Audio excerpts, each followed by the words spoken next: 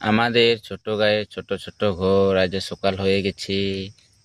এখন আমরা বান দিকে যাব, এখান দিয়ে এইদিকে বান, এদিকে রাস্তায় এসে গেলাম।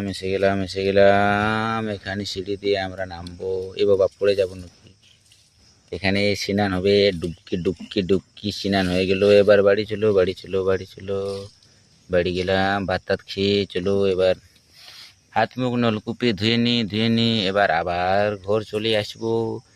ড্রেস পেন্টিং করে নিয়ে চলো ভাই স্কুলে যাই আমরা সবাই স্কুলে যাই।